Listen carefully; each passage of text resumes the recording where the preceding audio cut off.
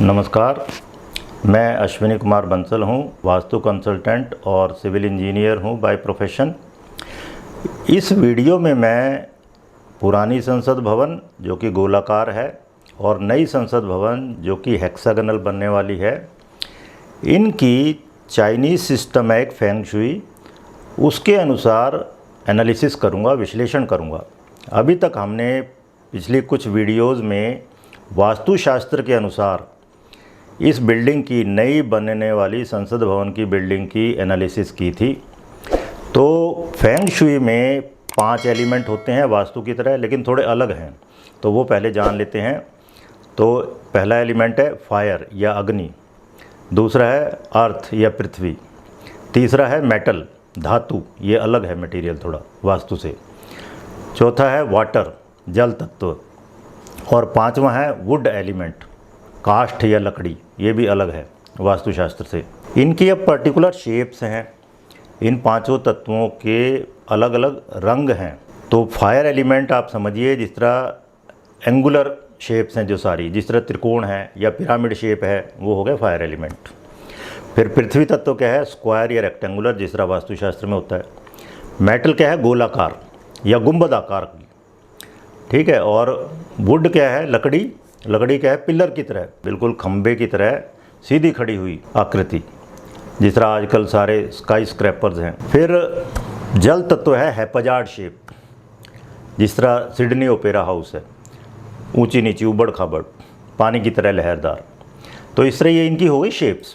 अब इनका हम थोड़ा सा इक्वेशंस हैं इनकी, वो जान लेते हैं, क्योंकि मैं आगे बताने वाला हूँ आपको। जो पुरानी बिल्डिंग थी गोलाकार, वो ट्रायंगुलर प्लॉट में थी, वो बहुत ही अशुभ थी। और नई बनने वाली जो बिल्डिंग है वो भी त्रिकोणाकार प्लॉट में है, लेकिन ये feng shui point of view से काफ़ी शुभ होने वाली है। तो उसको जानने के लिए, ये मैं क्यों कह रहा हूँ, ये जानने के लिए थोड़ा हमें फ्लैशबैक में जाना पड़ेगा, थोड़ा हमें फेंग शुई के प्रिंसिपल समझने पड़ेंगे, ठीक है। तो इसमें 3 साइकिल्स होते हैं, चक्र। फेंग शुई में 5 तत्वों के 3 चक्र हैं। तो पहला चक्र हम लेते हैं सृजन चक्र, जनरेटिंग साइकिल। तो अग्नि पृथ्वी तत्व को बढ़ाती है या क्रिएट करती है। आप ऐसे समझ लो जिस तरह लकड़ी जलाई तो राख बच गई, तो वो राख क्या है, वो पृथ्वी तत्व है।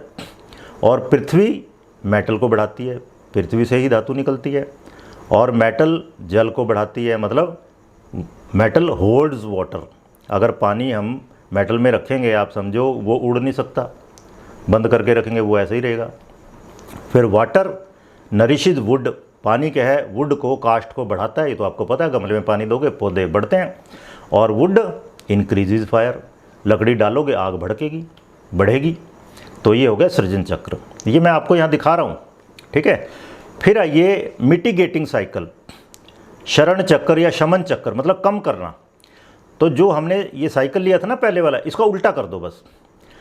तो अग्नि ने पृथ्वी को बढ़ाया, लेकिन अपनी कॉस्ट पे। तो पृथ्वी क्या करती है, अग्नि को कम करती है। तो आग पे मिट्टी डालो, कम हो जाती है। आग क्या है, वुड को कम करती है, लकड़ी को। लकड़ी पानी को कम करती है, पानी मेटल को कम करता है, और मेटल पृथ्वी तत्व को कम करती है। ये दूसरा चक्र है। तीसरा साइकिल क्या है, डिस्ट्रक्टिंग साइकिल, विनाश चक्र।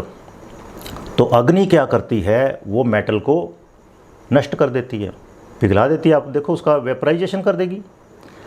अग्नि मेटल को डिस्ट्रॉय करती है, मेटल वुड को काट देती है, कुल्हाड़ी आरी लो वुड कट जाती है।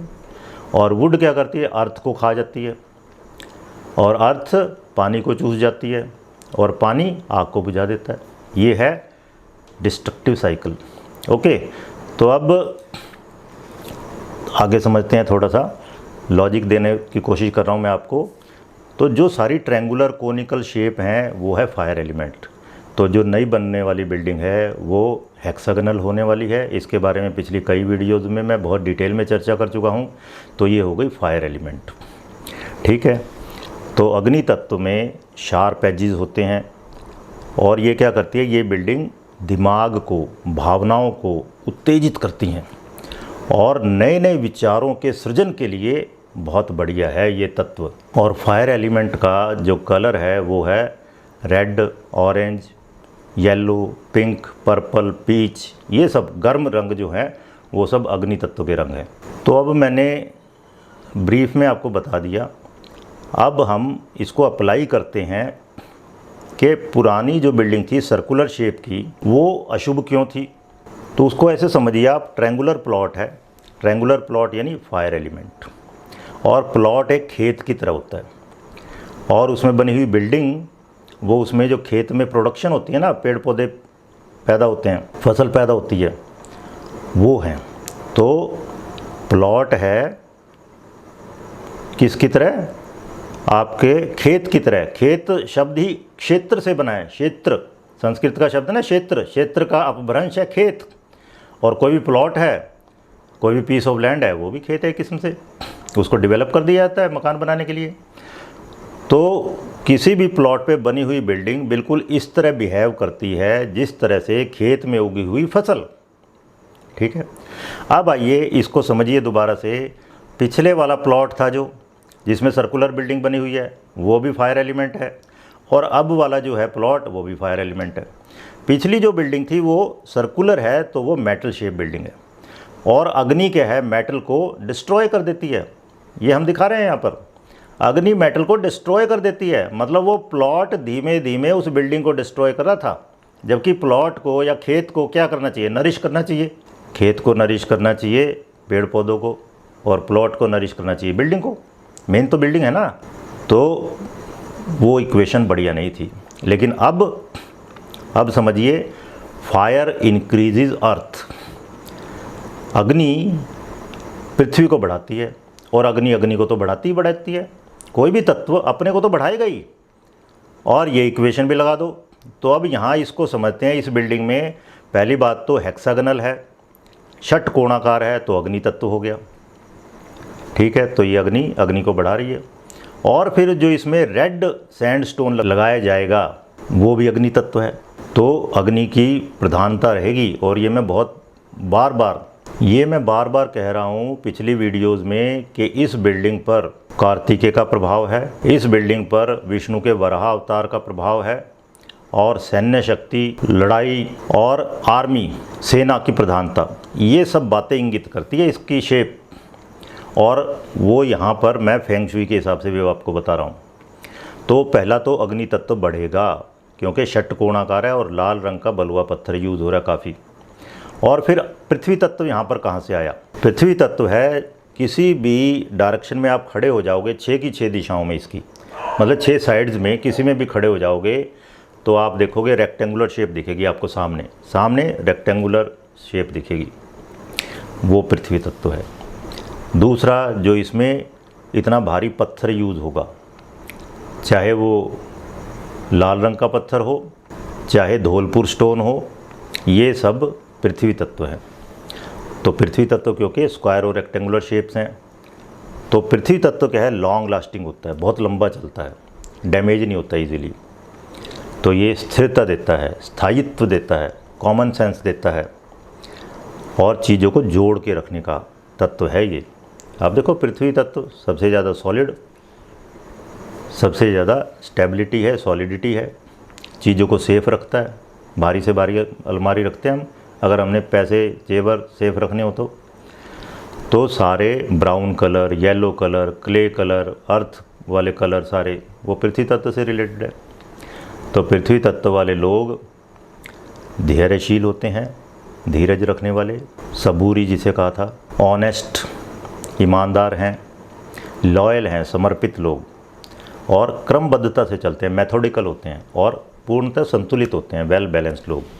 तो ये सब बातें आएंगी नई संसद भवन में, क्योंकि पृथ्वी तत्व की इस तरह प्रधानता हो गई है। और ये लोग सहानुभूति वाले होते हैं और उत्तरदायित्व लेने वाले होते हैं, रिस्पॉन्सिबल, जो कि संसद का फ़र्ज बनता है कि इतने लोगों की आप रिस्पॉन्सिबिलिटी ले रहे हो, उनके कर्मों का, उनके भाग्य का निर्धारण करना अपने आगे।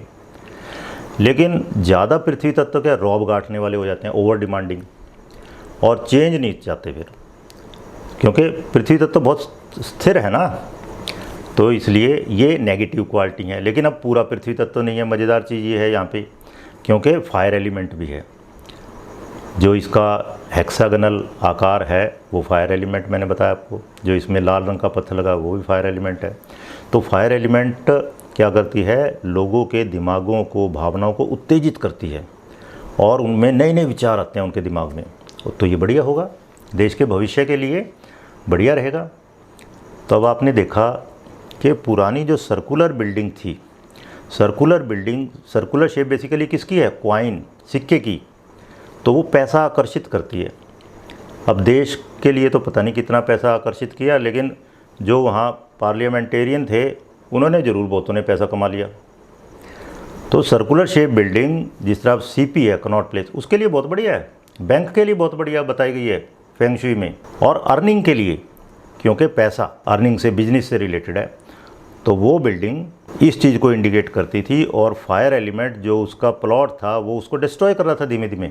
लेकिन अब जो फायर शेप का प्लॉट है ट्रायंगुलर, वो इस बिल्डिंग को नरिश करेगा, पोषण देगा, बढ़ाएगा, इसकी क्वालिटीज़ को एनहांस करेगा।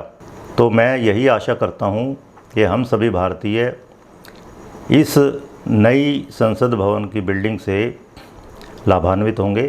धन्यवाद, आप सभी प्रसन्न रहें।